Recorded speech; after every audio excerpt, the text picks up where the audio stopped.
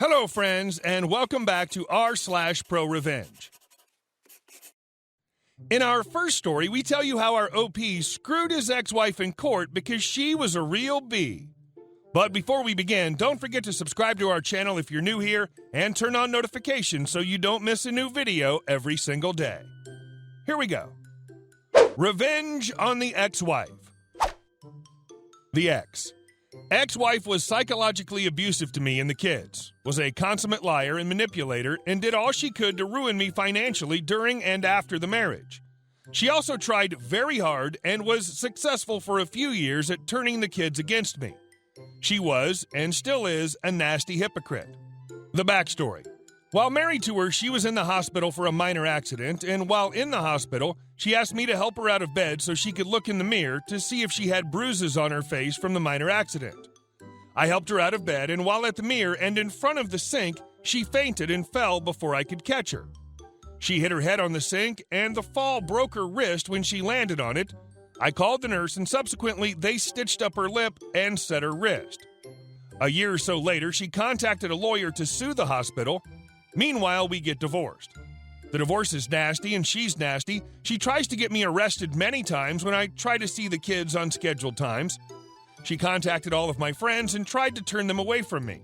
She hassled my parents and sisters, first trying to be their friend and try to turn them against me, and when that didn't work, she attacked them with nasty phone calls and baseless accusations. Meanwhile, her malpractice suit is proceeding and her lawyer wanted me to give a deposition to support it.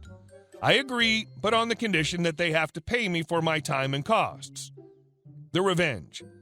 At the deposition, I was supposed to support their claim that the ex was not given instructions about staying in bed and that the bed rails were not put up as a reminder for her to stay in bed, and that consequently it was the hospital's fault that she was able to get up and then faint and fall.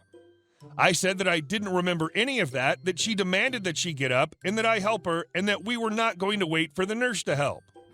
In my deposition, I told the truth as I remembered it. My memory did not support her malpractice claim. Afterwards, her lawyer dropped the case based on my deposition and tried to hit her up for costs, but she screwed him like she did everyone else. And our next story. Your performance doesn't mean you get immunity. In my many years of being in this business, I've met very few natural salespeople. I'm not one of them. I got to where I am by discipline, thick skin, and drive to succeed. I'm not a mind reader, and I stumble over myself from time to time. However, every once in a while, I run across a gifted salesperson, and surprisingly, they are some of the most difficult and oftentimes unprofitable salespeople. They know they're good, and therefore they think they have free rein. I work a group of dealers, and over the years, we've acquired various dealers. Well, I remember we acquired a new dealership. It was a Chevy dealership, and I remember in my first meeting with the store manager, we went over our staff. While we were reviewing our sales staff, and one guy stood out to me, John, who always seemed to be selling 30-plus cars a month. Impressed with his numbers, I mentioned this to the store manager, who sighed. I asked what's wrong. He went on to explain. John is good, and John knows he's good, and therefore he runs loose with the rules and causes the management a headache. However, the old owner put up with it because he represented such a large portion of the dealer's business. I, however, do not believe your performance gives you a free pass. Sure, if you're a rock star and make a mistake, I'm not going to fire you over it, but that doesn't mean you can do whatever the F you want. I said that's fine, I'll watch John and his habits, but first I have to sit down with John and explain what's expected of him. So later that day, I sat down with John, a pleasant enough guy, of course he would be, and I asked him about his behavior. He, of course, denied that he was a reckless individual, just a top performer. That's fine, so I personally went over our employee conduct code with him. Now, for those of you who don't know, I have an employee conduct code. It's basically a set of guidelines/rules/what we expect out of you.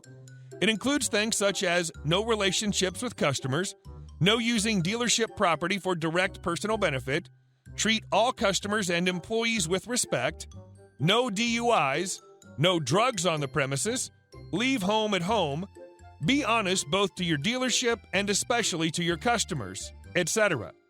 I then explained to him that I expect my employees to first follow the code of conduct, then worry about business. John, of course, agrees and signs. All is good. Maybe he won't be a problem.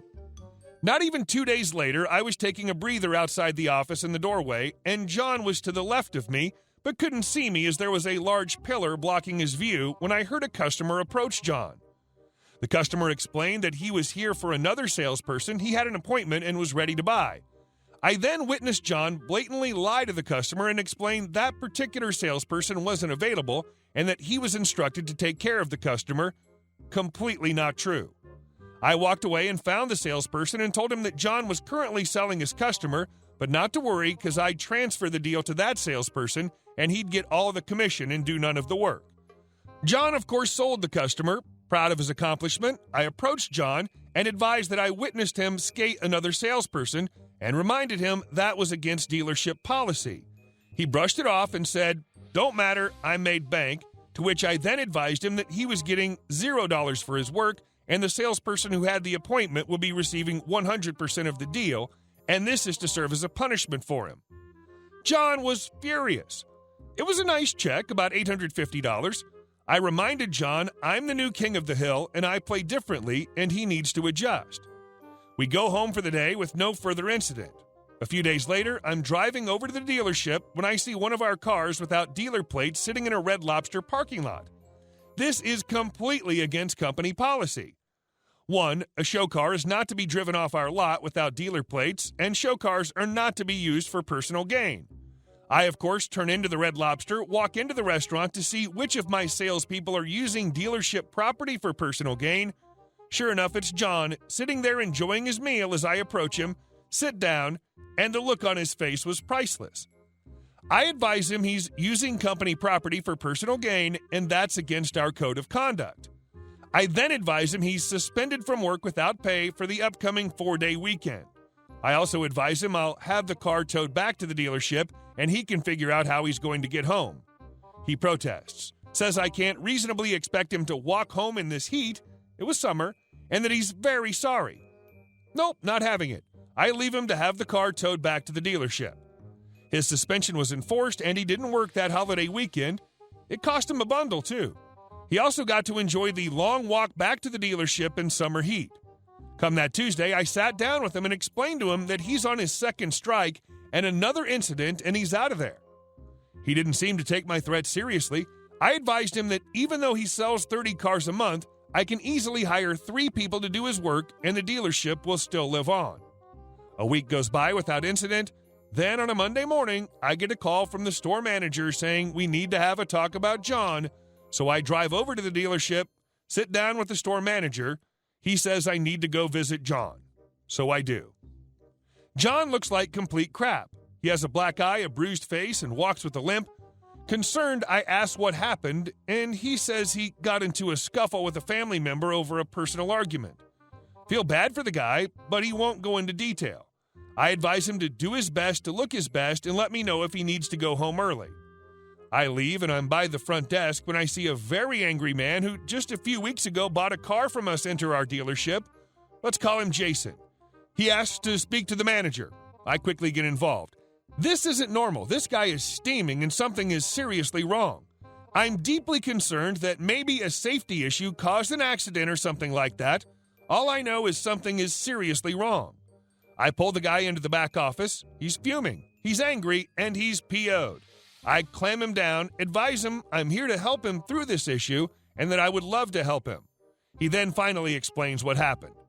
A few weeks prior, his wife and he had worked with John, name keeps popping up again, and bought a car. I wonder, did John lie, or what's up? He continues on and explains that last night he came home from a 12-hour shift to find John in bed with his wife. Let's call her Cindy. He's fuming angry, is upset that we would hire such a person, and I then inquire, is this the reason why John looks like he got the crap beat out of him? He admits that he did beat up John, and he feels that we should know what John is up to. I thank him for his time, advise him I'll handle this swiftly. I explain to him not only will I deal with the salesperson in question, I gave him some extras on his car for free, actually quite a bit. I also advised him that his behavior is unacceptable. I pulled John's phone log. All of our salespeople are provided with cell phones for work. Those phones automatically upload their call log to our system.